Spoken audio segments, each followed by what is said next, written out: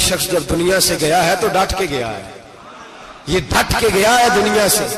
حجاج بن یوسف رات کو سویا تو تڑپ کے اٹھا، کیا ہوا؟ گھر والے کہنے لگے کیا ہوا؟ کہنے لگے سعید بن جبیر خواب میں آئے اور کہتے ہیں اٹھ مجھے بتا تو نے مجھے کیوں قتل کیا، بتا کیوں مارا؟ اگلی رات پھر سویا تو وہی خواب، پھر سویا تو وہی خواب۔ گناہ نفسیاتی مریض بنا دیتا ہے، ظلم تجھے مخبوط الحواس کر دیتا ہے۔ جب تو زیادتی کرتا ہے تو اللہ فرماتے ہیں کہ تو اللہ کو بھولتا ہے، اللہ تجھے اپنا آپ بھلا دیتا ہے، پھر تو بھول جاتا ہے، پھر تو سیدھے رستے پہ چلتا ہے پر بھٹک جاتا ہے، پھر تو صحیح رستوں کا تعین کر کے بھی گمراہ ہوتا ہے، پھر تو روز وہی گاڑی چلاتا ہے پر اب جب تو بریک لگاتا ہے تو نہیں لگتی۔ جب گناہوں کے ساتھ تو مخبوط الحواس ہوتا ہے تو روز وہ کاروبار کرتا ہے، لیکن جب تیرے گناہ تجھے گھیر لیتے ہیں پھر اسی کاروبار میں تو نقصان اٹھاتا ہے۔ حجاج بن یوسف تڑپتا ہے، روتا ہے، یہاں تک کہ بیمار ہو گیا، پیٹ میں درد ہوتی ہے، پتہ نہیں کیا ہوا، تکلیف ہوتی ہے، پتہ نہیں، سارے حکیم طبیب ڈاکٹر کوئی نہ سمجھ سکا کہ بیماری کیا ہے۔ جو بیماریاں خدائی ہوتی ہیں ان کا لوگوں کو پتا، جو آزمائشیں رب کی جانب سے ہوتی ہیں وہ ڈاکٹروں کے ہتھے نہیں چڑھتی، جو تکلیفیں اللہ دیتا ہے ان کا حکیم طبیب علاج نہیں کر پاتے، مشکل، اور شفا اسی وقت ہوتی ہے جب اللہ دینا چاہے، اور جب رب بھی دینا نہ چاہے تو بڑے بڑے ڈاکٹر کہتے ہیں کہ ہمارے بس کی بات نہیں رہی۔ بغداد سے حکیم آئے، پیٹ دیکھا، کہنے لگے نہ تیرے معدے میں کوئی دقت ہے، نہ تیرے جگر میں، نہ کسی اور جگہ، ماجرا کیا ہے؟ ایک آخری علاج ہے، آخری، وہ کیا؟ گوشت کا چھوٹا سا ٹکڑا دھاگے کے ساتھ باندھ کے منہ میں ڈالا اور پھر ایک باریک سا تنکا لے کے اس کو اندر ڈالنے لگے گلے میں۔ وہ گوشت کا ٹکڑا جب حلق کے اندر اتر گیا، اس حکیم نے واپس کھینچا تو کیسے ایسی بدبو آئی جیسی کبھی سونگی نہ تھی۔ جانور کیڑے مکوڑے لگے ہوئے باہر نکلے، اور جب دیکھا تو جتنے محل میں لوگ بیٹھے تھے چلاتے ہوئے نکل گئے کہ یہ کیا مصیبتیں ہیں۔ حکیم بھی اٹھ کے دوڑنے لگا، کہا تجھے کیا ہوا؟ کہنے لگے حجاج تیری بیماری زمینی نہیں، تیری مصیبت زمینی نہیں۔ کہا میری مرض تک تم کیوں نہیں پہنچ پا رہے؟ تو کہنے لگے لگتا ہے تو بد دعا کا مریض ہے، لگتا ہے تو ظلم کا مریض ہے، تو جبر کا مریض ہے۔ تڑپتا رہا، سسکتا رہا۔ ایک وقت وہ بھی آیا کہ گھر والوں نے کمرے میں بند کر کے تالا لگا دیا، دیوار سے ٹکرے مارتا۔ او بھائی، جو گناہوں کے بیمار ہوتے ہیں انہیں شفا نہیں ہوتی، جو ظلم جبر بربریت کے بیمار ہوتے ہیں انہیں سکون قلبی میسر نہیں آتا۔ دوائیاں ان بیماریوں کی بنی ہوئی ہیں جو بیماریاں زمینی ہیں، جو بیماریاں خوراک کی بد پرہیزی سے ہوتی ہیں، جو گناہوں کی بد پرہیزی سے ہوتی ہیں، ان کی بیماریاں، ان کی شفا توبہ ہے، ان کی شفا رجوع اللہ ہے، ان کی توبہ اللہ سے معافی مانگنے سے شفا ہوتی ہے۔ حجاج جب مرنے لگا تو بلایا، یہ رنگ بھی ذرا ملاحظہ کیجیے گا، دو چار قریبیوں کو بلایا، پتہ ہوتا ہے نا اپنے کرتوتوں کا آدمی کو، پتہ سارا ہے سردار نوکیتی ہے، جب پتہ ہوتا ہے سارا، بلا کے کہنے لگا جب میں مر جاؤں تو مجھے رات کو دفن کرنا۔ کیوں بھائی عورت ہے؟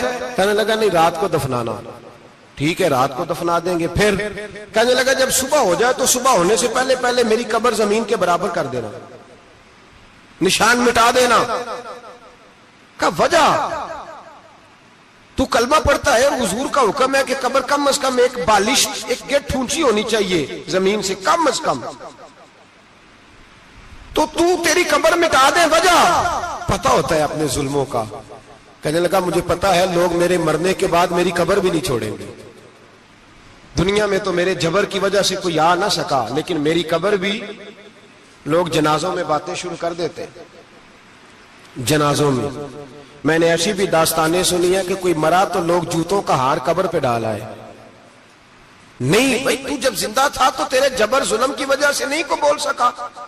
ایک تو ہے قیامت میں حساب ہوگا، یہاں دنیا میں حساب ہونے لگتا ہے۔ اتنی لمبی زبانیں لوگوں کی لٹک کر مرتے وقت باہر نکل آتی ہیں۔ دعا کریں، جمعہ ہے، اللہ تعالیٰ ایمان کی موت عطا فرمائے۔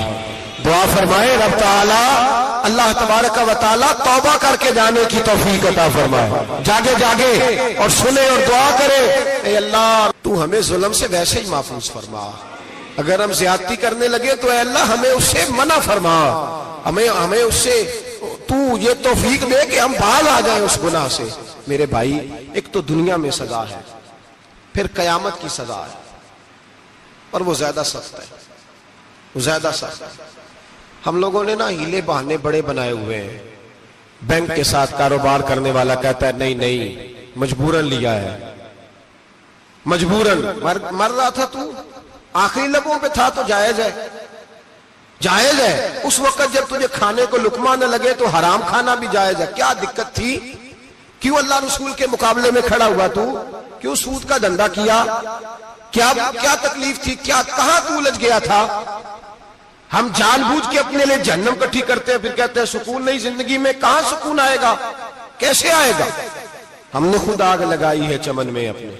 جو قیامت کی سزا ہے, میرے نبی پاک علیہ السلام نے فرمایا رب تمہیں سامنے کھڑا کرے گا. اور کس طرح کھڑا کرے گا؟ فرمایا لوگوں کے وجود سے کپڑے اتر جائیں گے, زمین اس طرح دہکے گی جس طرح تانبا زمین پہ رکھا جائے اور آگ جلائی جائے. تانبا دیکھا آپ لوگوں نے؟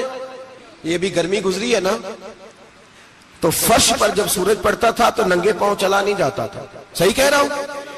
ننگے پاؤں, بچے کا پیر زمین پہ لگتا تو چیخ اٹھتے ہیں, کہتے ہیں اوہ جل گیا پیر. حالانکہ یہ فرش دنیا کے, اور اگر تانبے کے اندر خاصیت ہے کہ اگر کوئی دھات جلدی اور زیادہ گرم ہوتی ہے تو وہ تانبا ہے. میرے نبی نے مثال دی تو اس کی دی جو سخت تھا.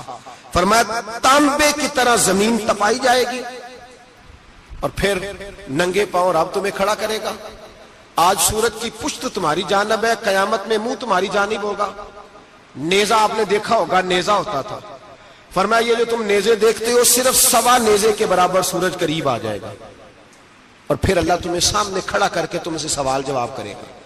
اور حضور نے کہہ دیا ہے تو اب کسی نعت خواں کے کہنے سے بات بدل سکتی, کسی پیر کے کہنے سے جملہ بدل سکتا, کسی خطیب کے کہنے سے فکر نہ کرنا وہ سامنے جنت پڑی ہے, اب بات بدل سکتی. خدا کی رحمت پر بھروسہ رکھنا ضروری ہے, نبی پاک کی شفاعت کی امید رکھنا, بولیے. لیکن جو حضور نے بیان کیا ہے اس کو ماننا بھی یہ بھی ضروری ہے. میرے نبی پاک نے فرمایا اللہ تم سے حساب لے گا اور اللہ پوچھے گا, تم نے جواب دینا ہے. حضور کس کس شے کا؟ فرمایا جو پہنتے ہو اس کا جواب نہیں دینا, جو کھاتے ہو اس کا جواب نہیں دینا, جو اللہ کے راستے میں دیتے ہو اس کا جواب, باقی ہر شے کا جواب دینا ہے. ادھر جو پلاٹ ہے اس کا بھی جواب دینا ہے, اور جو بچوں کو پیسے بتائے ان کا بھی جواب دینا ہے, جو چھپائے ہیں ان کا بھی. ثم لتسألن یومئذ عن النعیم, جو کمیٹی اپنے محلے میں ڈالی ہے اس کا بھی جواب دینا ہے, جو سسرال کے علاقے میں ابا جی سے چوری ڈالی ہوئی ہے اس کا جواب بھی, سب کا جواب دینا ہے, تمام حساب کتاب. اور اللہ فرماتے ہیں میں سامنے کھڑا کر کے ہر سوال کا تجھ سے جواب, تجھے ہر سوال کا جواب. اچھا یہ جو بڑے لوگ تھے وہ حساب سے ڈرتے تھے, ہم چھوٹے لوگ ہیں ہم حساب سے ہم نہیں ڈرتے, ہم کہتے ہیں دیکھی جائے گی. بڑے لوگ جو تھے وہ حساب سے. حضرت ابو بکر صدیق دعا کرایا کرتے تھے, دعا کرو اللہ مجھ سے حساب نہ پوچھے. حضرت عمر فاروق رضی اللہ تعالیٰ عنہ اپنے بیٹے سے کہتے تھے بیٹا اپنے باپ کے لیے رحمت کی دعا کرنا, میں درگزر والا ہوں, میں حساب والا کوئی نہیں. بڑے لوگ ڈرتے تھے, بڑے لوگ. حضرت عثمان غنی قبر پہ کھڑے ہوتے تھے تو داڑھی آنسوؤں سے بھیگ جاتی. غلام کہتے ہیں حضور 3 دفعہ نبی پاک نے آپ کو جنت کی بشارت دی ہے, 3 دفعہ بشارت دی ہے, تو آپ کیوں اتنا روتے ہیں؟ عثمان غنی فرماتے جس رسول نے مجھے جنتی کہا ہے اسی محبوب نے مجھے فرمایا تھا عثمان قبر آخرت کی منزلوں میں سے پہلی منزل ہے. اور آپ فرماتے میرے تو کمرے میں دیا گل ہو جائے تو مجھے ڈر لگتا ہے, اس میں تو مکمل اندھیرا ہے. آپ فرماتے کھڑکیاں بند ہو تو دم گھٹنے لگتا ہے, اس کو تو دروازہ ہی کوئی نہیں, روشن دان تک نہیں. بھائی جو بڑے تھے وہ ڈر رہے تھے. مولا علی شیر خدا نماز کا وضو کر کے کانپتے تھے, کانپتے. علی آپ مرحب کے سامنے نہیں کانپے, خیبر کا دروازہ اکھاڑتے نہیں کانپے, بدر، احد، خندق، حنین اور خیبر میں نہیں کانپے تو یہاں آپ فرمانے لگے مالک کے سامنے جاتے ہوئے ڈر آتا ہے. بڑے لوگ کانپتے تھے، بڑے لوگ. آج کون سا جمعہ ہے؟ سارے بولیے. حالانکہ یہ اگلے سال دوبارہ آئے گا، ہمارا نہیں پتا کہ ہم ودا ہو جائیں کہ کیا بنے. یہ کون سا جمعہ ہے؟ آیا جمعۃ الوداع، آئے ہم پڑھے. آج ایک فکر لے کر کے جانا، ایک سوچ. جہاں روز رات کو بیٹے کی ٹینشن، بیٹی کی ٹینشن، بھائی کی ٹینشن، پوتے کی ٹینشن ہوتی ہے نا، ایک ٹینشن اور اپنے آج ایک ٹینشن بڑھا لو، قبر کی ٹینشن پیدا کر لو، قیامت کی تھوڑی سی فکر کر لو، تھوڑی سی، ایک لمحے کے لیے صحیح تھوڑا خیال پیدا کرے. حضرت حسن بصری نام سنا ہوا ہے نا، یہ حضرت علی کے شاگرد ہیں. نبی پاک کے گھر میں آ جاتے تھے کئی دفعہ، بچے تھے جب. حضرت حسن بصری تابعی ہیں. فرماتے خانہ کعبہ میں عمرہ کرنے گیا، طواف کعبہ کر رہا تھا تو بڑا عجیب منظر ہوا. رات کی تنہائی ہوئی. اس وقت کئی دفعہ طواف بند بھی ہوتا تھا، اس لیے کہ رش کم ہوتا تھا تو رات کو سب سو جاتے. کہتے رات ذرا گہری ہوئی تو لوگ اپنا اپنا خیمہ لے کے جاتے تھے. اب تو ہوٹل ہے نا تو خیمے لگتے تھے، لوگ خیمہ لے کے جاتے تھے، جہاں جگہ ملتی تھی خیمہ لگا کے رہتے تھے. فرماتے میں رات کو سویا خیمے میں، ایک دردناک آواز آئی. میٹھی ہے، دھیمی ہے، پر درد بڑا ہے. کوئی رونے والا رو کے کہتا ہے اللہ حساب قیامت میں مجھ سے نہ لینا، اے اللہ تنہائی میں جتنا مرضی حساب لینا پر لوگوں کے سامنے نہ لینا. اور پھر کہتا ہے اللہ فضل تو تب کرے جب تو میرا حساب پوچھے ہی نہ. پھر چند منٹ گزرے تو پھر وہ رونے لگا. میرے کانوں میں آواز آئی، کہنے لگا اے اللہ حساب تو ان کا لیا جاتا ہے جو حساب کے قابل ہوتے ہیں. اعلیٰ حضرت کہتے ہیں نا رضا سے تو کیا حساب لے گا، رضا بھی کسی حساب میں. اے اللہ میں قابل نہیں، مجھ سے حساب نہ لینا. کہتے تھوڑی دیر گزری تو پھر وہ رونے لگا. پھر ذرا سانس سنبھلے تو پھر کہنے لگا اے اللہ میں تو لوگوں کو کوئی بندہ حساب پوچھ لے تو نہیں دے سکتا، میں تجھے کیسے حساب دوں گا. پھر تڑپنے لگا. کہتے تھوڑی دیر گزری تو پھر ایک لفظ انہوں نے کہے رونے والے نے، کہنے لگے اللہ دیکھ تیرے محبوب کا فرمان ہے جو معافی مانگے تو اسے معاف کر دیا کرتا ہے. اے اللہ میں معافی مانگنے آیا ہوں اور مسجد نہیں آیا، میں کعبۃ اللہ ہی آ گیا ہوں. کہتے ہیں وہ اتنا روئے کہ چیخ آئی ان کی. اور جب دھڑام سے کوئی زمین پہ گرا تو میں پریشان ہوا کہ اب تو بے ہوش ہو گیا. فرماتے ہیں میں زور سے اٹھا فٹافٹ اور اس شخص کی طرف بڑھا. میرے دل میں خیال ہے کوئی گناہگار ہے بیچارہ، تو چلو میں بھی دعا کرتا ہوں. اس کو کہتا ہوں بیٹے فکر نہ کر، اللہ تیری مدد کرے گا. فرماتے ہیں میں گیا اس نیت کے ساتھ کہ میں کہوں گا چلو اٹھو تم بھی دعا کرو، میں بھی کرتا ہوں، اللہ ہم سے حساب نہ پوچھے. کہتے میں گیا تو وہ شخصیت بے ہوش پڑی تھی، کالے سیاہ بال ان کے چہرے پہ بکھرے ہوئے تھے. کہتے ہیں لوگوں جب میں نے زلفیں ہٹائیں چہرے سے تو میرا وجود کانپنے لگا آسمان ٹوٹ پڑے گا، زمین پھٹ جائے گی، ستارے بکھر جائیں گے، آج بہہ جائیں گے سمندر. فرماتے ہیں میری چیخیں نکل گئی. یہ کوئی گناہگار تو نہیں، یہ تو حضرت فاطمہ کے پوتے امام زین العابدین ہے. یہ تو امام حسین کا وہ بیٹا ہے جو کربلا میں تنہا بچے تھے. فرماتے ہیں میں امام کا چہرہ دیکھا تو بھاگ کے آیا اور میں نے اپنی داڑھی ان کے پیروں کے ساتھ مس کی اور میں نے کہا حضور اٹھئے. امام اٹھے تو میں نے کہا شہزادے تیرے تو اشارے سے اللہ کئی گناہگاروں کو بخشے گا، تیری تو دعا سے اللہ بخشے گا، یہ کیا کر رہے ہو؟ تو امام زین العابدین کہنے لگے حسن بصری ادھر آ یار، ادھر آؤ بزرگو، میرے دادا کے پاس رہنے والے ہو. میں نے نا آج ہی سنا ہے کہ اس کا عذاب بڑا سخت ہے، آؤ میرے لیے دعا کرو، اللہ پاک مجھ سے حساب نہ پوچھے. کہا حضور نہ کریں. اب فرمانے لگے تجھے نہیں پتا کچھ چیزیں ایسی ہیں کہ رب نے اگر حساب پوچھا تو میں واقعی جواب نہیں دے پاؤں گا، چل کر میرے لیے دعا. کہتے میں نے ہاتھ باندھے حضور میں نہیں کرتا. اٹھا کہہ. فرماتے میں نے ہاتھ اٹھائے، میں نے کہا اے اللہ تیرے رسول کا شہزادہ ہے، یہ تیرے رسول کا شہزادہ ہے، یہ کہہ رہا ہے تو فضل کر. وہ بھائی جو بڑے تھے وہ تو تڑپتے تھے، سسکتے تھے. ابو علی ہیتی کہتے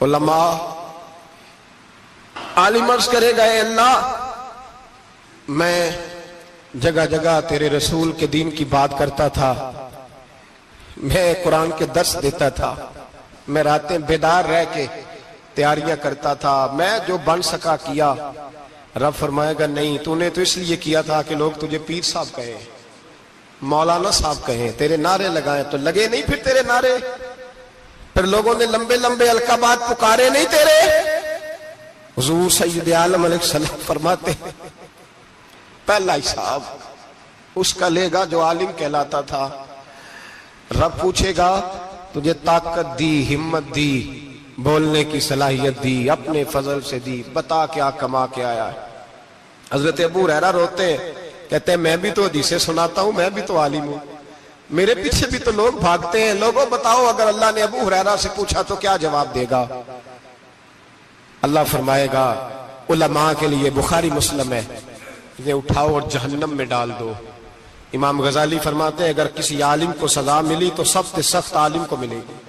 دعا فرمائے اللہ میرے جیسے لوگوں کو ہدایت کا رستہ عطا فرمائے، اور جو کہتے ہیں سمجھتے ہیں اللہ اس پر عمل کی توفیق عطا فرمائے۔ فرمایا حضرت ابو ہریرہ نے دوسرے نمبر پر سخی اللہ کی بارگاہ میں کھڑا کیا جائے، مالدار۔ رب فرمائے گا بول، کچھ ایسے بھی تھے جن کے پاس شام کی روٹی نہیں تھی، تجھے میں نے تیری تجوری بھر کے تجھے دولت عطا کی، تجھے وراثت میں نے مربے دیے، جائیدادیں دی، بتا۔ وہ کچھ وہ تھے سویرے مزدوری کرنے جاتے تھے، کما کے لاتے تھے، ہزاروں روپیہ تیری بینک میں پڑا تھا، بتا کیا کیا تو نے؟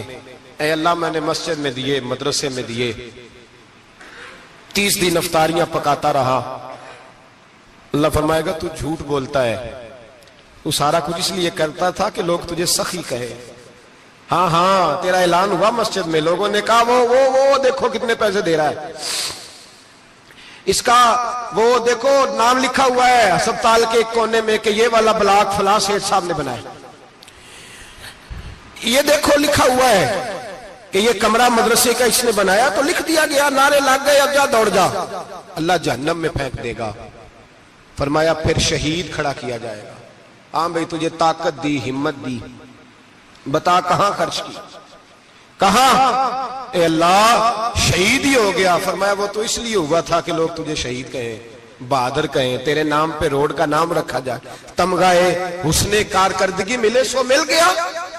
میرے لیے بتا کیا کر کے آیا ہے میرے لیے؟ اسے اٹھاؤ اور جہنم میں پھینک دو۔ بھائیو عذاب کڑا ہے، عذاب سخت ہے، حساب سخت ہے، اور جو حساب لینے والا ہے اس کو میں تراویح ہو رہی تھی تو قاری صاحب نے ایک سورہ یاسین شروع کی، وَامْتَازُوا الْيَوْمَ أَيُّهَا الْمُجْرِمُونَ۔ اللہ فرماتا ہے قیامت میں کہوں گا مجرم جو ہے نا وہ صفوں سے باہر آ جائے، صفوں سے باہر آ جائے۔ ایک ہمارے فزکس کے ٹیچر ہوتے تھے تو بڑی سخت چھڑی مارتے تھے، تو جب وہ قد بھی بڑا تھا، جلال بھی بڑا تھا، اور اصول بڑے اچھے انسان تھے لیکن سخت تھے، تو مجھے یاد آتا تھا کہ جب وہ سویرے آ کے کہتے جس نے کام نے لکھا وہ باہر نکل آئے، دو قسم کی چوٹ لگتی تھی۔ ایک تو خیال یہ آتا تھا کہ شرمندگی بڑی ہوگی کہ سارے سٹوڈنٹ بیٹھے ہیں اور 2 3 4 ان کو کہا وہاں مرغے بن جاؤ، بڑی شرم آتی تھی۔ اور پھر جب وہ مارتے تھے تو اتنا سخت مارتے تھے کہ کئی دن تکلیف رہتی تھی، بتایا نہیں جاتا تھا۔ وہ سٹوڈنٹ بتاتے تھے کہ یار اس سے بچو کسی بھی طریقے، اور کسی کا کام رہ بھی جاتا تھا کہتے تھے اس پیریڈ کی ڈیوٹی سبق یاد کر کے آنا ہے۔ سخت ٹیچر کے بارے میں تیرا میرا یہ رویہ ہے۔ تو یاد آ رہا تھا جب وہ کہہ رہے تھے نا وَامْتَازُوا الْيَوْمَ أَيُّهَا الْمُجْرِمُونَ، تو میں صف میں کھڑا تھا تو 2 قطرے میرے بہہ گئے آنسو کے۔ مجھے ساتھ بچہ کہنے لگا طبیعت ٹھیک ہے؟ میں نے کہا طبیعت تو ٹھیک ہے، کچھ یاد آ گیا ہے کہ میدان محشر میں یہاں تو چھپے ہوئے ہیں نا عیب، چھپے ہوئے، اور بھائی رب بڑا کریم ہے، عیبوں کے باوجود نوازتا ہے۔ میرا دعویٰ یہ ہے اگر ہمارے عیب کھل جائیں، لوگ ہمیں دھرتی پہ جینے نہ دیں، لوگ جینے نہ دیں، نکال دیں، اپنے بھی ہمیں برداشت نہ کریں، یہ تو اس کا کرم ہے۔ پتہ سارا ہے سردار نو کیتیاں دا، پردہ چپایا ہی تیرا پلا ہو سی، وَامْتَازُ الْيَوْمَ أَيُّهَا الْمُجْرِمُونَ۔ اللہ فرمائے گا مجرم باہر آ جائے۔ یا اللہ کیا ہوگا؟ جب سوال جواب ہوں گے تو رب فرماتا ہے تیری زبان پہ مور لگا کے بند کر دوں گا، تیرے ہاتھ بولیں گے، پیر بولیں گے، سر بولے گا، پیٹ بولے گا۔ اس وقت کی فکر پیدا کریں، ٹینشن پیدا کریں۔ وقوع قیامت حق ہے، اور باندھ کے نا لوگ پیر باندھ کے زور کے ساتھ باندھتے۔ سگا بیٹا جب قبر میں دفن کرتا ہے نا تو وہ بھی کہتا ہے وہ کونا، یہ کونا تھوڑا سا مٹی کم ہے، یہاں بھی مٹی ڈالو۔ پہلے لوگ روزانہ جاتے ہیں، پھر ہفتے کے بعد، پھر مہینوں بیت جاتے ہیں۔ کچھ قبریں ایسی بھی ہیں جن پہ کھڑے ہوں تو لگتا ہے قبریں رو رہی ہیں اور کہتی ہیں جاؤ میرے گھر والوں سے جا کے کہو کوئی پھیرا ہی لگا جائے، ایک دفعہ آئے تو صحیح۔ کوئی مٹی نہیں ڈالتا۔ بادشاہوں کی قبریں روتی ہیں، سرمایہ داروں کی قبریں روتی ہیں، کوئی جاتا نہیں۔ اتنے اتنے موٹے سوراخ ہے قبروں میں، آپ اپنے شہر کے قبرستان پھر کے دیکھ لیں، سوراخ ہے۔ او بھائی، حضرت مولا علی شیر خدا قبرستان گئے تو پہلے رونے لگے، پھر کہنے لگے قبروں والوں کیا حال ہے تمہارا؟ تو آپ فرماتے ہیں مردہ مجھے اندر سے بول کے کہنے لگا علی کفن پھٹ گیا، ہڈیاں ٹوٹ گئی، مال تو دے آئے تھے وارثوں کو پر حساب ہمیں دینا پڑ رہا ہے، تو بتا پیچھے کیا حالات ہیں؟ تو حضرت علی کہنے لگے تمہاری بیویوں نے اور نکاح کر لیے، تمہارے دوستوں نے نئے دوست بنا لیے، تمہاری اولادوں نے تمہارے بغیر جینا سیکھ لیا، تمہاری جائیدادیں بٹ گئیں، تمہارا پیسہ تقسیم ہو گیا۔ پہلے تو کوئی تمہارا نام لیتا تھا، اب تو تمہارا ذکر ختم ہو گیا ہے، اب تو ایک دو نسل تک تمہارا ذکر تھا، اب تو تمہیں یاد ہی کوئی نہیں کرتا۔ کہتے ہیں لوگ یہاں کوئی رہا کرتا تھا، یہاں کوئی ہوا کرتا تھا، اب تو تم قصہ پارینہ، قصہ ماضی ہو گئے۔ حساب کا وقت قریب ہے، تم پر بڑا زور دیا ہے۔ ایک اللہ کو ماننا، اور اللہ کو ماننے کا مطلب ہے نبی پاک کو بھی ماننا۔ اللہ کو ماننے کا مطلب ہے کتابوں کو بھی ماننا، قرآن پاک کو بھی ماننا۔ لیکن دو باتیں آپ کو زیادہ ملیں گی، ایک ایمان، اور اس کے بعد سب سے زیادہ زور ہے ایمان بالآخرت پر۔ آخرت کو مانو۔ وَمِنَ النَّاسِ مَن يَقُولُ آمَنَّا بِاللَّهِ وَبِالْيَوْمِ الْآخِرِ وَمَا هُمْ بِمُؤْمِنِينَ۔ اللہ فرماتے ہیں کچھ لوگوں کا دعویٰ ہے کہ ہم اللہ اور آخرت پر ایمان رکھتے ہیں، حالانکہ وہ ایمان نہیں رکھتے، دعویٰ کرتے ہیں، نفاق کا مظاہرہ کرتے ہیں، منافقت کرتے ہیں۔ جو اللہ کو ماننے والا ہوتا ہے اس کا رنگ اور ہوتا ہے، جس کو پتہ ہوتا ہے قیامت کے دن اللہ کے حضور کھڑے ہونا ہے، اس کے اعمال یہ نہیں مانتے، کہتے ہیں ہم مانتے ہیں، پر مانتے، دعویٰ ہے کہ ہم مانتے ہیں آخرت کو بھی اور اللہ کو بھی، پر نہیں مانتے۔ قیامت قائم ہونا ضروری ہے۔ اگر وقوع قیامت نہ ہو تو ظالم کی تو موجیں لگ گئیں، جابر تو موج کرے گا، فاسق اور فاجر تو کہیں گے دنیا میں بھی ہم اپنے اقتدار کے زور پر جیتے رہے، آج بھی ہمیں پوچھنے والا کوئی نہیں۔ عقلاً نقلاً قیامت کا قائم ہونا ضروری ہے۔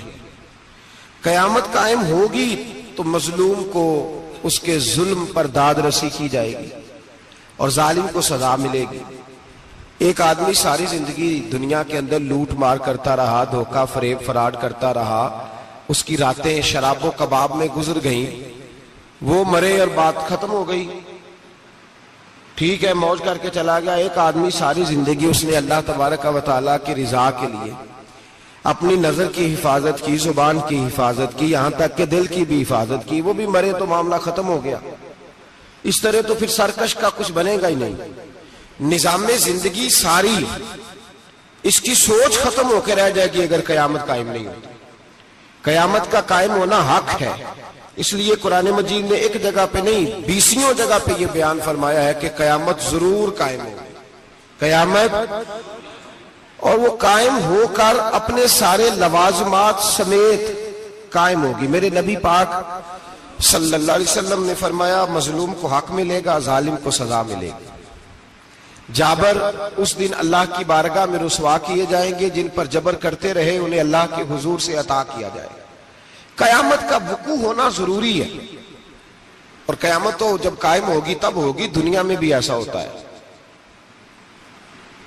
ظلم کا انجام ٹھیک نہیں ہوتا، جبر کا انجام، جھوٹ کی زندگی لمبی نہیں ہوتی، دھوکے، فریب، فراڈ، ملمہ سازی، ان چیزوں کی عمریں اللہ نے تھوڑی رکھی ہیں۔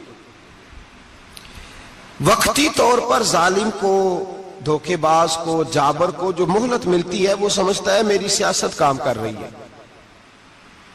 وہ سمجھتا ہے میں بڑا دانا ہوں، بڑا چالاک ہوں، دیکھ لو اتنے ظلم کے، جبر کے، دھوکے کے باوجود بنا ہوا ہوں۔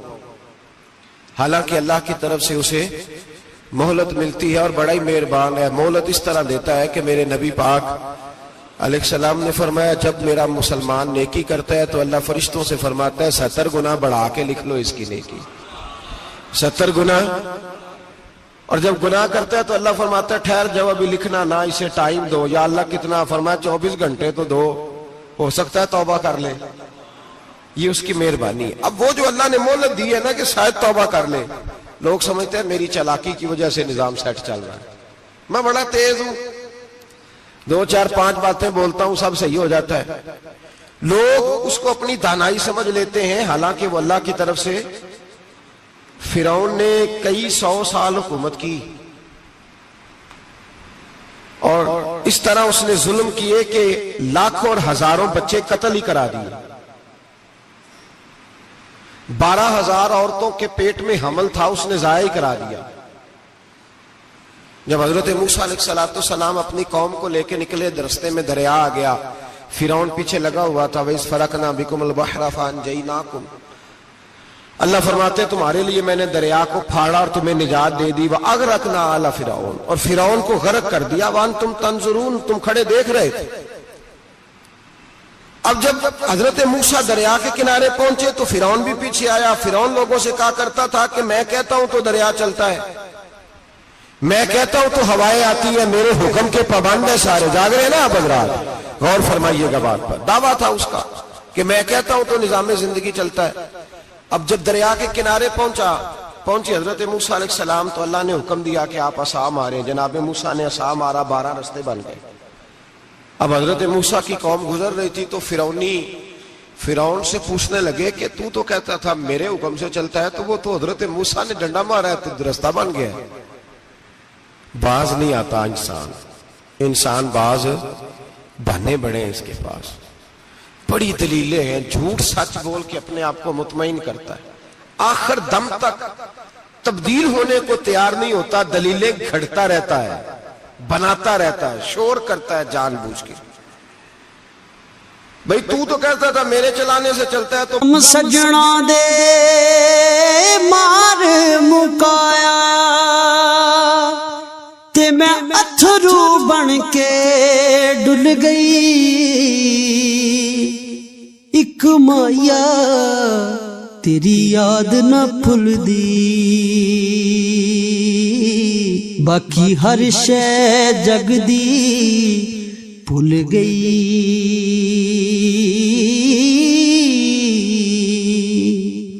رانا باز ابھی بھی نہیں آیا، کہنے لگا میں نے ہی حکم دیا ہے کہ ذرا پھٹ جا، مجھے یہ زندہ چاہیے۔ باز رسی جل گئی، بال کہنے لگا میں نے ہی کہا ہے دریا کو کہ یہ مجھے زندہ چاہیے، میرے بھاگے ہوئے ہیں تو اس لیے پھٹا ہے، تو آؤ میرے ساتھ دریا کراس کریں۔ تو پتا تو ان کو بھی تھا نا جتنا تو رب بنا ہوا ہے، پتا تو تھا، سارے جانتے تھے۔ کہنے لگے تو پہلے کراس کر، اگر تو بچ گیا تو ہم بھی پیچھے آتے ہیں۔ اب چاروں ناچار، ایک روایت تو یہ ہے کہ یہ جب خدائی کا دعویٰ کرتا تھا نا، تخت پہ بیٹھا ہوتا تھا، تو ایک دن حضرت جبریل آئے اس کے پاس انسانی شکل میں،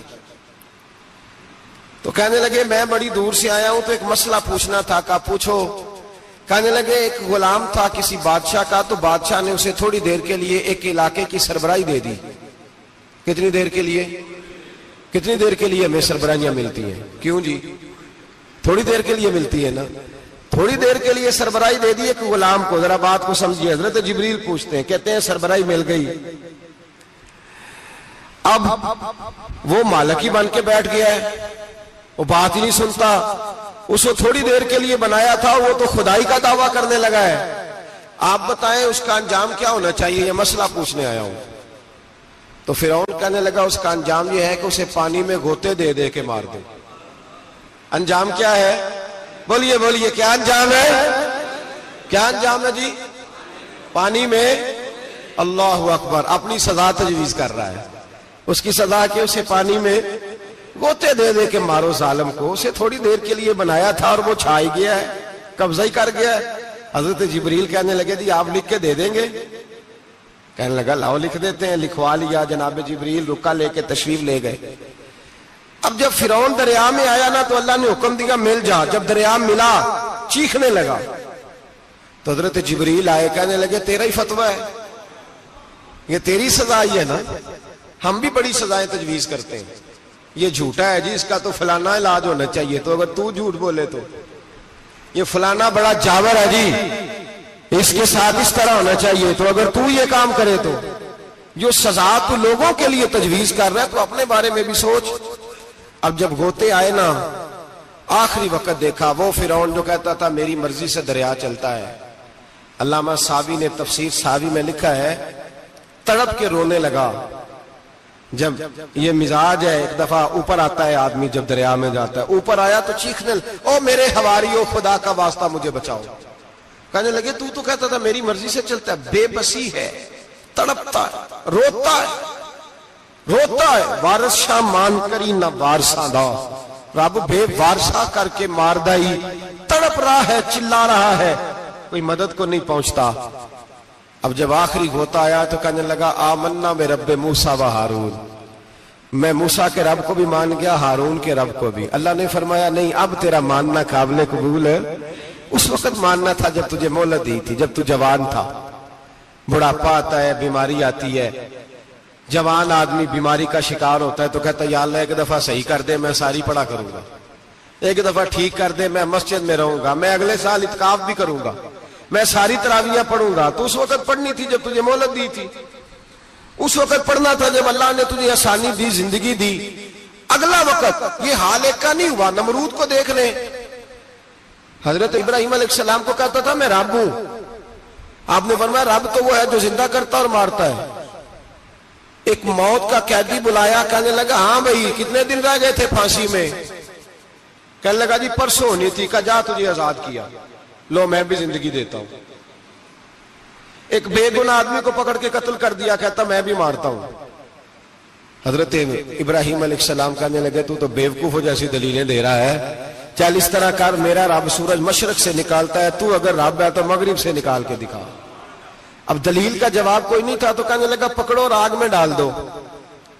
اللہ کے نبی کو آگ میں ڈالنے والا، یہاں ایک مچھر بیٹھا ہے، 400 سال حکومت کی اور خدائی کا دعویٰ کیا، یہاں مچھر بیٹھا تھا، چھینک آئی تو مچھر اندر چلا گیا۔ پہلے دربار کا ادب یہ تھا کہ جو آئے سجدہ کرے، اب اس کے سر پہ کوئی چیز مارتا تھا تو اسے سکون ہوتا تھا، مچھر تھوڑی دیر کے لیے اس کا دماغ چھوڑتا تھا۔ او بھائی یہ اس دھرتی پہ اللہ نے لوگوں کو نظارے دکھائے اور ہمیں سمجھانے کے لیے دکھائے، ہمیں تفکر کی، غور کی دعوت دی کہ دیکھ لینا، اپنے عمل کو پرکھنا۔ تمہارے عمل حضرت موسیٰ کے فرما برداروں جیسے ہیں، جناب ابراہیم کے فرما برداروں جیسے ہیں، یا بن کے بیٹھ گئے ہو؟ اب دربار کا ادب یہ ہے، بے بسی کا یہ حال ہے کہ جوتے لٹکتے ہیں دربار میں، جو آتا ہے جوتا کھینچتا ہے، اور ادب یہ ہے کہ 10 جوتے نمرود کے سر پہ مارو، اور 400 سال جوتے لگتے رہے۔ روتا تھا، جو آدمی آتا تھا منتیں کرتا تھا، کہتا تھا کہیں سے کوئی دوائی مل جائے گی۔ پاگلوں جیسی زندگی گزاری، پاگلوں جیسی سخت، وہ تو حساب وقوع قیامت تو حساب ہوگا ہی۔ یہاں لوگ پاگل ہو کے مرتے ہیں، معاذ اللہ، نفسیاتی مریض ہو کے مرتے ہیں۔ یہاں آخری وقت اتنا سخت آتا ہے کہ دنیا موت کی دعائیں مانگتی ہے، میرے بھائی جب انسان ظلم کرتا ہے تو بھول جاتا ہے کہ شاید مجھے پوچھے گا کوئی نہیں. جب وہ زیادتی کرتا ہے تو بھول جاتا ہے. جب وہ کسی کا حق کھاتا ہے تو وہ کہتا ہے شاید اس کا تو وارث ہی کوئی نہیں جس کو میں لوٹ رہا ہوں. لیکن جب اللہ کی پکڑ آتی ہے، حجاج بن یوسف ظالم تھا، اس نے اچھے اچھے کام بھی کیے تھے. قرآن پاک پر زیر زبر آراب حجاج بن یوسف نے لگوایا. محمد بن قاسم کو ہندوستان سندھ کے علاقے فتح کرنے بھی حجاج بن یوسف نے بھیجا تھا. ساری خوبیاں اپنی جگہ پر، ظالم بہت بڑا تھا. کسی آدمی نے اس کے سامنے کونے کی طرف منہ کر کے ساتھ والے سے بات کر لی تو کہنے لگا میرے خلاف کیا، اس کو لے جاؤ 2 ٹکڑے کر کے واپس لے آؤ. توتی بولتا ہے نا اقتدار. جب کسی کے ہاتھ اقتدار ہوتا ہے نا، وہ چاہے ایک گھر کا ہی کیوں نہ ہو، وہ 10 بندے فیکٹری میں کام کرتے اور جو ان کا مالک ہوتا ہے وہ کہتا میں مالک ہوں، مجھے مانو. جب تو صاحب اقتدار ہوتا ہے نا، جب تو سسر بن کے بیٹھتا ہے اور کسی غریب گھر کی بہو آتی ہے 2-4 تو کہتا میرا اقتدار ہونا چاہیے. جب میں کھانسنے لگوں تو ہر آدمی کے ہاتھ میں ٹشو پیپر ہونا چاہیے. جب میں بولنے لگوں تو بندھے ہوئے ہاتھوں سے ہر آدمی جی جی کرتا ہوا کھڑا ہونا چاہیے. جس آدمی کا، اور یہ کام بہو بھی کرتی ہے کئی دفعہ، وہ بھی کہتی ہے کہ تمہیں پتا نہیں میں کتنا لمبا توڑا جہیز لے کے آئی ہوں. جب میں سونے کے لیے اپنے بیڈ روم میں جاؤں تو خبردار بوڑھے بابے کو اجازت نہیں کہ وہ کھانسے. اماں کو چاہیے کہ اگر اس کو بڑی سخت پیاس بھی لگی ہے تو میرے سوتے سوتے باورچی خانے میں برتن نہ کھٹکھٹائے. جو جہاں بھی جس اسٹیج پہ بھی بیٹھتا ہے وہ کہتا ہے کوئی نہیں مجھے پوچھنے والا، میں مطلق العنان ہوں. جوان بوڑھوں کا مذاق اڑاتے ہیں، سمجھتے ہیں شاید کبھی بوڑھے ہی نہیں ہونا، مذاق اڑاتے ہیں. تندرست لوگ بیماروں کا مذاق اڑاتے ہیں، شاید کبھی بیمار نہیں ہونا. حجاج بن یوسف ظالم تھا، ظلم کرتا تھا، زیادتی کرتا تھا. حضرت سعید بن جبیر ایک تابعی بزرگ تھے، اتنے بڑے بزرگ تھے کہ ساری رات نماز پڑھتے تھے، سارا سال روزہ رکھتے تھے. ایک دن انہوں نے منبر پہ بیٹھ کے کہا کہ حجاج ظلم سے باز آ جائے ورنہ اللہ کی لاٹھی بڑی بے آواز ہے. اللہ کی لاٹھی، اس کا کیا مطلب ہوتا ہے؟ اس کا مطلب ہے جب رب کی لاٹھی چلتی ہے تو اس کی آواز، جی اس کا پہلے کوئی پیغام، وہ پہلے اعلان نہیں کرتا کہ تگڑے ہو جاؤ لاٹھی چلنے لگی ہے. لاٹھی چلتی ہے پر اس کی آواز، سمجھ آ رہی ہے میری بات کی؟ جمعۃ الوداع کے لیے تشریف لانے والے احباب خاص غور فرمائیے گا. حجاج بن یوسف کو پتا چلا کہ حضرت سعید بن جبیر نے میرے خلاف بات کی، بلا لیا. کہنے لگا تو نے میرے خلاف بات کی ہے؟ فرمانے لگے کی ہے. کہنے لگا تجھے پتا ہے میں قتل کر دوں گا؟ آپ فرمانے لگے نہ تو زندگی کا مالک ہے نہ موت کا مالک ہے، تو کیسے قتل کر؟ کہنے لگا تجھے پتا ہے میرا؟ فرمایا میں نے تجھے نہیں، میں نے تو کئی شداد، کئی حماد، کئی قارون، کئی فرعون، کئی نمرود دیکھے، کئیوں کی داستانیں سنی. تو کون ہے؟ تو چھوٹا سا ہے. ایک جملہ ہے ملا جلال الدین رومی کا، بڑے درویش تھے، ایک بات کہہ گئے. کہنے لگے نمرود جتنے پیسے نہیں، فرعون جتنی حکومت نہیں، قارون جتنی دولت نہیں، ورنہ فرمانے لگے میرے زمانے میں بھی کئی لوگوں کا خدا بننے کو دل کرتا ہے، کئی لوگوں کا دل کرتا ہے، لیکن نمرود جتنے پیسے، فرعون جتنی طاقت اور قارون جتنی دولت نہیں، ورنہ ہو سکتا ہے لوگ دعویٰ کر جائیں معاذ اللہ ثم معاذ اللہ. یہ آج سے کئی 100 سال پہلے وہ کہہ رہے ہیں، آج تو حالات بڑے ابتر ہیں، اس کی نسبت خطرناک. فرمانے لگے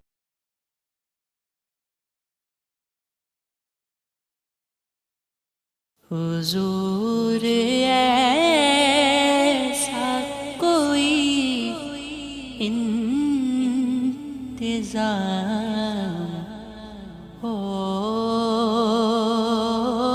جائے، سلام کے لیے حاضر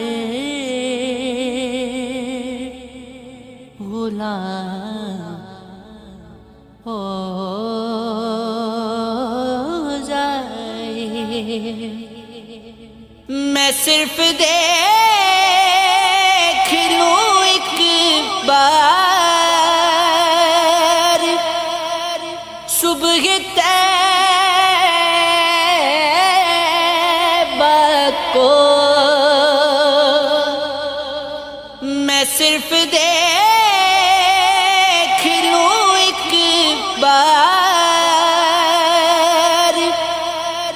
صبح طیبہ کو